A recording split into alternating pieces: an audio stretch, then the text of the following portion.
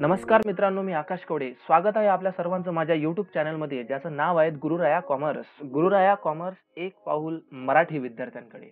तर मित्रहो, आज मी प्रथम बुक कीपिंग अँड अकाउंटन्सी म्हणजेच पुस्तकपालन आणि लेखाकर्म हा विषय मी प्रथम आपल्यासमोर घेऊन येत आहेत. आणि हा व्हिडिओ कोणाकोणाला उपयोगात ठरणार, तर मित्रांनो तुम्हाला दिसत असेल हा व्हिडिओ सर्व कॉमर्सच्या विद्यार्थ्यांसाठी, कॉमर्स क्षेत्रातील सर्व विद्यार्थ्यांसाठी अतिशय उपयुक्त ठरणार आहेत.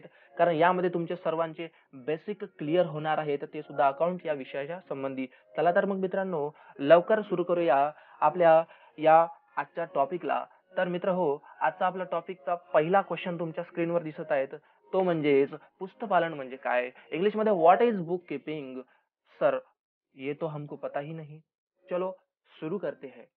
बुक कीपिंग म्हणजे काय, तर मित्रांनो हा बघा, हा आपला एक मित्र आहे जो विचारात पडलेला आहे. जसा याला प्रश्न पडला की पुस्तपालन म्हणजे काय, हा बिलकुल विचारात पडला. काय तुम्ही सुद्धा याच्यासारखे विचारात पडला नाही सर? बुक कीपिंग, पुस्तपालन म्हणजे हे जे तुम्ही स्क्रीनवर साईडला बुक लावले सर, बिलकुल त्यासारखंच बुक कीपिंग आहे सर. नाही, गलत तुम्ही विचारात घेतलेला आहे मित्र हो. सर मग असं का? तर बघा, या साईडला तुम्हाला रॅक मध्ये काही पुस्तकं लावून दिसत आहेत. सर बुक कीपिंग म्हणजे असं तर असायलाच पाहिजे. अजिबात नाही मित्रांनो. बुक कीपिंग म्हणजे काही कुठले व्यवस्थित पुस्तकं लावून ठेवणे म्हणजे नाही. तर बुक कीपिंग म्हणजे मित्रांनो, तुम्हाला बघा, आपण कन्सेप्ट सगळी क्लिअर करून टाकू, कारण आपल्याला माहित आहे कन्सेप्ट मध्ये काय असते, पॉवर असते. तर बघा मित्रांनो, आपल्या स्क्रीनवर एक एक मी डेफिनेशन तुमच्या समोर बिलकुल इझी शब्दामध्ये मांडणार. तर बघा, तर सगळ्यात पहिल्यांदा काही निश्चित सिद्धांताच्या आधारावर लेखा पुस्तकात आर्थिक आणि व्यापार व्यवसाय विषयक व्यवहारांच्या नोंदी करण्याच्या कार्याला काय म्हटलेलं मित्रांनो, लक्षात ठेवा, नोंदी करण्याच्या कार्याला पुस्तपालन असे म्हणतात. परत एकदा आपण या व्याख्याला म्हणजे आपण काय करू, डिटेलमध्ये जाऊ. काही निश्चित सिद्धांत म्हणजे अकाउंटिंगचे नियम, त्यांच्या आधारावर लेखा पुस्तकात काय करायचं आपल्याला, आर्थिक आणि व्यापार व्यवसायाविषयी काय करायचे आहे, नोंद करायची आहे. आणि त्या नोंदीला आपण काय म्हणायचं आहे, पुस्तपालन म्हणायचं. आय होप तुम्हाला ही डेफिनेशन बिलकुल कळली असेल. जर ही नसेल कळली तर मित्रांनो, दुसरी डेफिनेशन तुमच्या समोर येत आहे. पुस्तपालन ही पुस्तसंचामध्ये व्यवसायाच्या व्यवहारांची नोंद करण्याची काय मित्रांनो, कला. आपण एखाद्या गोष्टीला कला कधी म्हणतो, जेव्हा त्या गोष्टीला आपण सिस्टमॅटिक लिहित असतो, पद्धतशीर लिहित असतो, त्याला आपण काय म्हणत असतो, कला असं म्हणत असतो. तर मित्रांनो, दुसरी डेफिनेशन तुमच्या लक्षात आली असेल की पुस्तपालन काय आहे, पुस्तसंचामध्ये व्यवसायांच्या व्यवहारांची नोंद करण्याची कला आहे. काय काय लक्षात ठेवायचं आहे, व्यवहारांची नोंद करण्याची काय कला आहे. तर दोन समोरच्या डेफिनेशन तुमच्यासाठी इंग्लिश मध्ये येणार मित्रांनो. तर पहिली आहे, book keeping is a recording of financial transaction. Financial transaction म्हणजे आर्थिक ज्या काही नोंदी आहेत त्यांना नोंदविणे. And it is a part of process of accounting. आणि हा एक कशाचा म्हणजे आधार म्हणा, पार्ट म्हणा, कशाचा आहे, तर अकाउंटिंगचा काय आहेत, पार्ट आहेत. ओके, तर हे डेफिनेशन नसेल कळले मित्रांनो, तर तुमच्यासाठी आणखी एक इझी डेफिनेशन येणार आहे, ते बघा. Book keeping involves, book keeping मध्ये कशाचा समावेश होतो, recording on daily basis companies financial transaction. Record करणे, नोंदविणे, डेली बेसिस म्हणजे दररोजच्या दररोज, आणि काय तर कंपनीच्या आर्थिक व्यवहारांना नोंदविणे. आय होप तुम्हाला पुस्तकपालनाची कन्सेप्ट क्लिअर झाली असेल मित्रांनो. तुम्ही या गोष्टीचा स्क्रीनशॉट सुद्धा घेऊ शकता. अगदी इझी डेफिनेशन, दोन मराठी आणि दोन इंग्लिश मध्ये मी तुमच्यासाठी आणलेले आहे मित्रांनो. चला तर मग समोरच्या पॉइंटला आपण सुरुवात करूया. समोरचा पॉइंट आहे आपल्याकडे, लेखाकर्म म्हणजे काय, व्हॉट इज अकाउंटन्सी. तर मित्रांनो बघा, आपला भाऊ पुन्हा विचारात पडलेला आहे. तुम्ही याच्यासारखी विचारात तर नाही पडला ना मित्रांनो? अजिबात पडू नका, कारण मी तुमच्या सर्व कन्सेप्ट क्लिअर करणार आहे. तर लेखाकर्म म्हणजे काय, बघा साईडला तुम्हाला एक चित्र दिसत असेल. लेखाकर्म म्हणजे लिहिणे का नुसतं? नाही मित्रांनो. या पद्धतीनं जुन्या जमान्यामध्ये आहे अशा पद्धतीने लिहिल्या जायचं? नाही मित्रांनो, हे सुद्धा नाही. तर बघा मित्रांनो, लेखाकर्म म्हणजे काय, तर हे सुद्धा आपण कन्सेप्ट क्लिअर करून टाकू. तर मित्रांनो बघा, सुरुवातीला आलेली आहे तुमच्या समोर, लेखांकनाची व्याप्ती पुस्तपालनापेक्षा अधिक विस्तृत आहे. विस्तृत आहे म्हणजे मोठी आहे. जेथे पुस्तपालनाचं कार्य संपते, तेथूनच लेखांकनाच्या कार्याला काय होते मित्र हो, सुरुवात होते. म्हणजे याच्यात आपण काय लक्षात ठेवू शकतो की लेखांकनाचं काम कसं आहे, मोठं आहे. आणि ते कसं आहे, पुस्तकपालनाचं जेव्हा काम संपते, कार्य संपते, तेथूनच या लेखांकनाच्या कार्याला काय होते, सुरुवात होते. म्हणजेच फर्स्ट स्टेप कोणती आहे, पुस्तकपालन आहे, जे आपण आताच क्लिअर केली. आणि दुसरी स्टेप कोणती आहे, लेखांकनाची आहे. सर अजून पण नाही समजलं. ओके ना, तुमच्यासाठी समोरची व्याख्या येणार आहे. एखाद्या विशिष्ट कालावधीच्या अंतराने लेखा पुस्तकातील लेख्यांचे म्हणजे मित्रांनो खात्यांचे काय करणे, संतुलन करून त्यावरून काय करणे, आधिक्य काढणे. संतुलन करणे म्हणजे त्या अकाउंटला बंद करणे, आणि आधिक्य काढणे म्हणजे त्याचा काय करणे, बॅलन्स काढणे. या सगळ्या कामाला आपण काय म्हणू शकतो मित्रांनो, लेखाकर्म असं म्हणता येईल. समोरच्या दोन इंग्लिशमध्ये डेफिनेशन तुमच्यासाठी येणार मित्रांनो. तर बघा, accounting is practice of recording. Accounting काय आहे? एक प्रॅक्टिस आहे कशाची? रेकॉर्ड करण्याची, क्लासिफाय करण्याची आणि reporting of business transaction. In the short, accounting is the practice of recording, classifying and reporting of business transaction. म्हणजे व्यवसायाच्या ज्या काही नोंदी आहेत त्यांना रेकॉर्ड करणे, त्यांना व्यवस्थित क्लासिफाय करणे आणि त्यांचा रिपोर्टिंग दाखवणे म्हणजेच काय? लेखाकर्म होय मित्रांनो. समोरची व्याख्या येणार तुमच्या समोर. It is a systematic process. एक पद्धतशीर काय आहेत? एक कार्य आहेत. कशाचं? Identifying, recording, measuring, classifying, verifying, summarising, interpreting and communicating financial information. मित्रांनो, एक एक आपण याचा अर्थ पाहू परत एकदा. It is a systematic process. Sir, हे एक प्रकारची कशी आहे?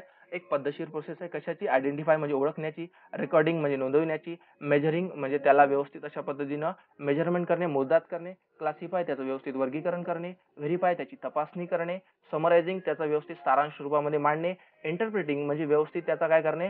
अर्थ लावणे आणि कम्युनिकेटिंग म्हणजे आपण त्यांना लोकांसमोर काय करणे? प्रदर्शित करणे. आणि कोणत्या गोष्टीच्या बाबतीत बोलत आहेत? तर फायनान्शियल इन्फॉर्मेशन. तर मित्रांनो, आय होप तुम्हाला लेखाकर्म सुद्धा बिलकुल समजलं असेल. चला तर मग समोरच्या पॉईंटकडे जाऊ. समोरचा आपला आजचा पॉईंट आहे तो म्हणजे खाते म्हणजे काय? तो म्हणजे खाते म्हणजे काय? तर मित्रांनो, इंग्लिशमध्ये व्हॉट इज अकाउंट? तर बघा मित्रांनो, आपला भाऊ पुन्हा विचारात पडला, पण तुम्ही याच्यासारखं विचारात पडू नका, कारण कन्सेप्ट मी तुमची सर्व क्लिअर करणार. तुम्हाला साईडला एक चित्र दिसतंय मित्रांनो, खाते या पद्धतीचं सुद्धा असू शकते. चला तर मग, तर याची व्याख्या बघू आपण. अ सिस्टमॅटिक रेकॉर्ड, एक पद्धतशीर रेकॉर्ड. कशाचा? डेबिट आणि क्रेडिटचा, नावे आणि जमाचा एक सिस्टमॅटिक काय आहे? रेकॉर्ड. म्हणजे काय मित्रांनो? तुमचं खातं असतं. तुम्ही खात्याचे सुद्धा व्यवस्थित नाव ऐकले असतील. बँक अकाउंट मध्ये तुम्ही खातं उघडत असता वगैरे वगैरे. तुम्ही काय करता? इकडे तिकडे काय करता? खाते उघडत असता. ते सुद्धा काय आपलं असते? खातं असते मित्रांनो. तर हे व्याख्या बिलकुल इझी आहे मित्रांनो तुम्हाला समजण्यासाठी, की a systematic record of debit and credit. तर दुसरी व्याख्या तुमच्या समोर आलेली आहे, ती म्हणजे अ स्टेटमेंट ऑफ ट्रान्झॅक्शन. ट्रान्झॅक्शनचं काय? एक प्रकारचं विवरण आहे. आणि during a fiscal period. Fiscal period म्हणजे आर्थिक, financial period. And the resulting balance. आणि तुम्हाला काय दाखवते? तो बॅलन्स दाखवते. काय दाखवते? एक प्रकारचा आकडा दाखवते. आणि हे म्हणजे काय? तर मित्रांनो, तुमचं ते असते खातं. आय होप तुम्हाला खात्याची कन्सेप्ट सुद्धा तुम्हाला समजली असेल. मित्रांनो, अगोदरच्या व्याख्येमध्ये एक शब्द आलेले आहेत डेबिट आणि दुसरा आलेला आहे क्रेडिट. तर या शब्दाचं सुद्धा आपल्याला समोर बघायचं आहे मित्रांनो. टेन्शन घेऊ नका मित्रांनो, कारण तुम्हाला मी कन्सेप्च्युअली सगळ्या गोष्टी प्रोव्हाइड करणार आहोत. तर चला मग मित्रांनो, समोरच्या पॉईंटकडे जाऊ. टाइप्स ऑफ अकाउंट, खात्यांचे प्रकार आपण आता बघणार आहोत. खात्याची कन्सेप्ट मित्रांनो आत्ताच आपण क्लिअर केली. आता आपण बघणार आहोत त्याचे प्रकार. तर मित्रांनो, खात्यांचे मुख्यतः दोन प्रकार असतात. एक म्हणजे पर्सनल अकाउंट आणि दुसरा म्हणजे इम्पर्सनल अकाउंट. पर्सनल म्हणजे वैयक्तिक आणि इम्पर्सनल म्हणजे अवैयक्तिक. वैयक्तिक म्हणजे कोणतं? पर्सनल म्हणजे जे व्यक्तीशी संबंधित आहे, तो व्यक्ती कोणताही असो, तुम्ही आम्ही, कृत्रिम व्यक्ती का सुद्धा का होईना, सर्व व्यक्ती याच्यामध्ये येत असतात. आणि अवैयक्तिक म्हणजे व्यक्तीला सोडून जे काही उरलं ते सगळं या इम्पर्सनल मध्ये येत असतात. तर या इम्पर्सनलचे म्हणजे अवैयक्तिक खात्याचे दोन उपप्रकार आहेत. एक रिअल अकाउंट आणि दुसरा नॉमिनल अकाउंट. कसं आहे मित्रांनो, नॉर्मली स्टुडंटला जर विचारलं तर खात्यांचे प्रकार कोणते, तर ते सांगतात पर्सनल, रिअल आणि नॉमिनल. ऑब्विसली त्यांचं बरोबर असते, पण एक इम्पर्सनलचे हे दोन काय आहेत मित्रांनो? हे दोन काय आहेत? उपप्रकार आहेत. तर चला या सगळ्यांना आपण डिटेलमध्ये जाऊ. या सर्व प्रकारांचं काय आहेत मित्रांनो? एक गोल्डन रूल बनलेला आहे अकाउंटमध्ये. ते रूल आपल्याला येणं खूप आवश्यक आहे. तर तुमच्या समोर येत आहेत गोल्डन रूल्स ऑफ अकाउंट. अकाउंटचे काय आहेत? एक सोनेरी नियम आहेत. हे नियम सर्वांना येणं खूप आवश्यक आहे मित्रांनो. याच्याशिवाय अकाउंट येणं हे थोडंसं कठीण असेल, म्हणून हे तुम्हाला एकदा पक्का झालं तर अकाउंट बिलकुल इझी असेल. तर चला मग सुरू करूया या गोल्डन रूल्स ऑफ अकाउंटला. तर पहिल्या अकाउंटचा आपण नियम बघू. त्यानंतर दुसरं म्हणजे रिअलचा, त्याचा सुद्धा आपण नियम बघणार आहेत. वास्तविक खातं म्हणतात. आणि त्यानंतर नॉमिनल अकाउंट, ज्याला नामदारी खातं सुद्धा म्हणतात. तर तीन अकाउंटचे तीन व्यवस्थित काय नियम आहेत. तर पहिला नियम येणार आपल्यासमोर पर्सनल अकाउंटचा. तर मित्रांनो, त्याचा बिलकुल सोपी नियम आहेत. घेणाऱ्याचं खातं काय करा? नावे करा. देणाऱ्याचं खातं जमा करा. इंग्लिशमध्ये debit to the receiver and credit to the giver. म्हणजे ज्या व्यक्तीकडून आपण कुठलीही गोष्ट पैशाच्या स्वरूपात म्हणा काय म्हणा घेत असतो, त्याला आपण काय करायचं आहे? डेबिट करायचं आहे. आणि ज्याला आपण देत असतो त्याला काय करायचं आहे? क्रेडिट करायचं आहे. त्यानंतर दुसरा नियम येणार आहे रिअल अकाउंटचा. रिअल अकाउंटचा नियम बघा मित्रांनो, हा सुद्धा बिलकुल सोपी असा नियम आहे. येणारं खातं नावे करा, जाणारं खातं जमा करा. इंग्लिशमध्ये डेबिट व्हॉट कम्स इन, जे काही तुमच्याकडे येणार त्याला नावे करा. आणि क्रेडिट व्हॉट गोज आउट, जे काही तुमच्याकडून काय करा जात आहे त्याला काय करा? जमा करा. त्यानंतर तिसऱ्या अकाउंटचा नियम येत आहेत, तो म्हणजे मित्रांनो खर्चाचं खातं नावे करा. जे काही तुमच्या व्यवसायाचे खर्च होणार त्या सर्वांना नावे करा. आणि जे काही तुमच्या व्यवसायामध्ये उत्पन्न होणार त्याला काय करा?